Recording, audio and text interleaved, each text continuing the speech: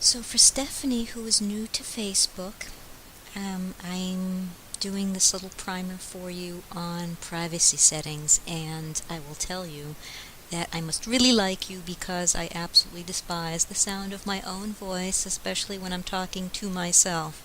So, here we go. Here's nothing. What I did was I set up a dummy account so that it would look like a brand new account, which pretty much should look like what yours is, except that you have some more friends that you've added at this point. So we start by going to the upper top right corner and we click on privacy settings. Pretty self-explanatory. And once we get in there, and Facebook has a tendency to sometimes take a long time to load because of the load on its server. So once you get into privacy settings, there it is. You'll know that you're there because it says privacy settings. And when you initially go in there, it usually is the default setting is usually public, and you probably don't want it on public. So here you choose whether you want it on public or whether it's visible to friends. Friends would be people that you specifically clicked on and said, yes, I accept you as a friend on Facebook. Or custom. And custom includes friends of friends. So even, I don't know, you're friends with Jane. Jane has another friend, Alice. Jane posts on your wall, and because she's friends with Alice, Alice will see on her activity stream that she posted on your wall, and if she's curious about it, if you've set it for friends of friends, she'll be able to see what that post was on your wall. I always like to use the custom settings and further fine-tune it because from here you can also block who else can get access to your activity. Sometimes you don't have a choice. Sometimes you have to add people that you come across that are business contacts or people that you don't know particularly well, and you're really not comfortable sharing everything. So here is where you would type in their name. So it's a nice alternative to unblocking the person because you don't necessarily want to unblock them, just that some content may not be suitable for them, especially if you have friends that are really, really religious with no sense of humor. But that's just a personal aside. Here you'll see the example that I used was I gave Gidget Widget a fake high school of Santa Barbara High School. And what I'm doing here is, because Gidget had a really traumatic time in high school, so we don't want the people from Santa Barbara High School to see her activity, so that's what we've done here. Now, as you go down this list, you see all the different headings. There are subheadings under each section. So you're going to find when you're setting your privacy permissions that it's going to take some time. In fact, it's probably the most time-intensive activity that you'll be doing for the next few days. The rest of it's really simple. It's just a no-brainer. You just put in the rest of your information that you want to share with the world. But you really have to give some thought to what information you're sharing with whom. And it takes you a while because, as you can see, it is one section. You can see that it's broken down into, here it's 5 sections, and there are subheadings in each section, so you really have to customize it for each one. And what I was pointing out to you here were a couple of options that you're probably not familiar with, one of which was the tags, because Facebook has a default setting of letting anybody tag you in a photo. And sometimes we're not looking our best, and we really would rather not be tagged in the photo. So, and you'll see that tags, it's not just one setting. You'll see that you have 1, 2, 3, 4, 5. It looks like 5 settings to set there. So I would set everything to give you the most control there. The other one you're probably not familiar with would be apps, games, and websites. I wouldn't turn it off completely because there are some really cool apps that are made with Facebook users in mind that are handy dandies. But the problem comes in when you have friends, everybody's using different apps. The problem is friend goes to sign up for an app, Facebook automatically allows that app to access your friends' information that you've shared with them. And a little bit later on here, you're going to see the drop down menu of, here you go, all the stuff that Facebook lets your friend share with the web developer about you. So, depending upon what your use for Facebook is, I don't know if you're using it primarily just for some close friends or whether it's also going to be used for business. That will dictate which ones of these you're going to check and uncheck. Obviously, if you are just using this to stay in touch with friends from high school, your close friends, you're probably going to uncheck more of these boxes than someone that's using this for business that really wouldn't mind if people know if that person is online, what their contact information is, and what their activity has been.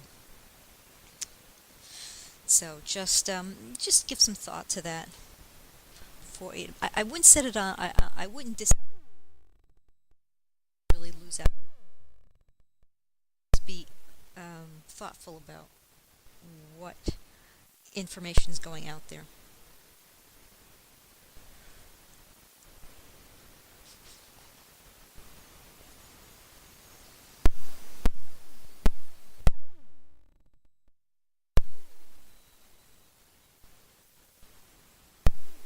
Ah, here's the fun one. Blocked people. This was made for the stalker in mind. So I think everybody has had an experience, an uncomfortable one, with someone that really got to be a problem. Here's your opportunity to block them either by name or by email address.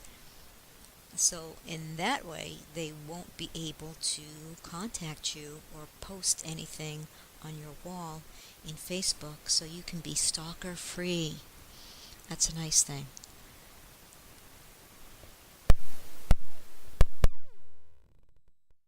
Two, and meantime,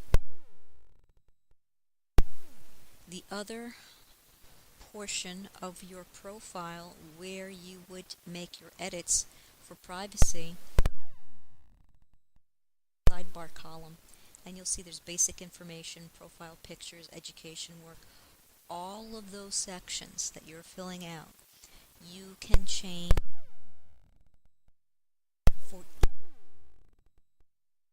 in each section. So you don't have to share your current hometown, um, the hometown that you grew up in. You choose who you want to share that with.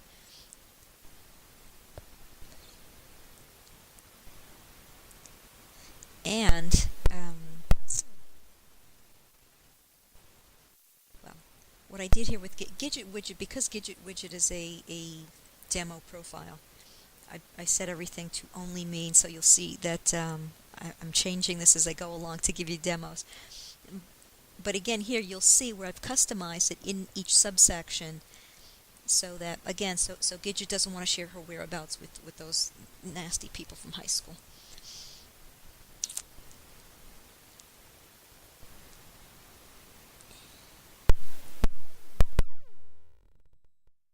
Go back to the profile page. Same thing with photos. As you go in and create each album, when you're uploading photos to Facebook, you have your profile pictures. What you can do to customize, I think it's 5 photos, tag yourself in them and pop them into your profile pictures album. Do that, and when your profile comes up, those photos will always auto-populate. If you change the order,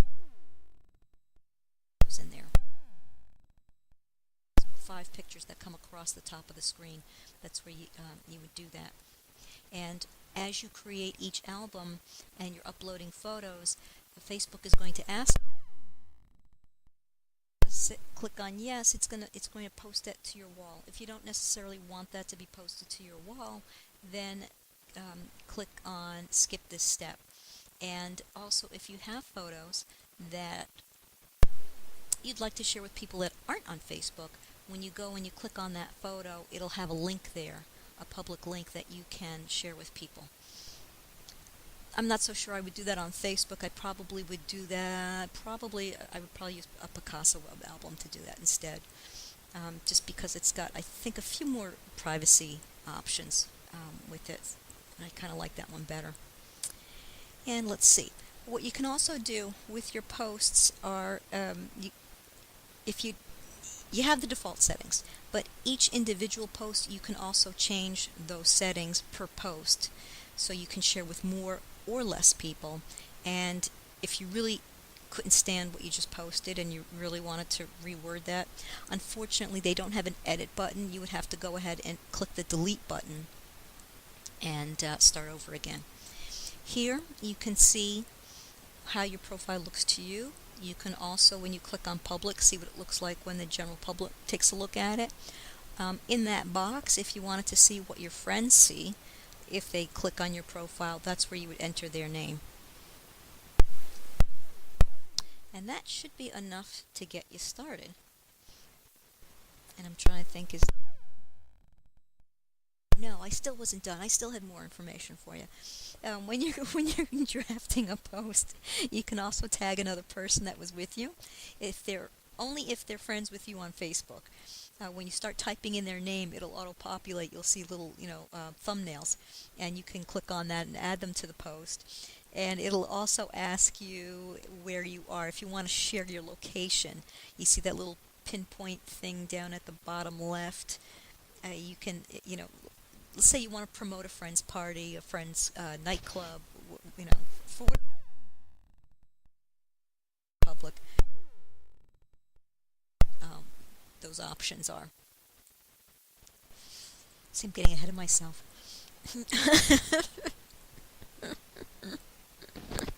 Where are you? I don't know. I'm in a limbo state of mind. Be aware of the fact to auto-populate different public places from the IP address. Everybody pretty much has dynamic IP addresses these days. That's something that the servers do. So depending on the day, one day it's going to say you're in Goshen, another day it's going to say you're in, what's another town I've been in, Blooming Grove, another day it'll say you're in Walden. So Facebook picks up on that IP address and it suggests where.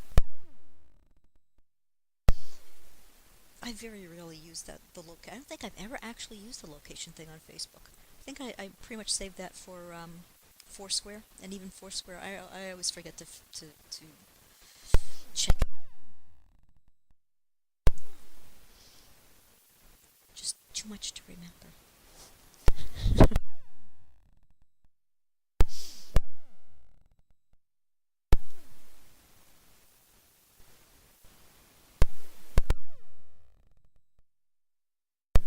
We've come to the conclusion of this primer. Anything else you need to know or have a question about, feel free. Message me on Facebook.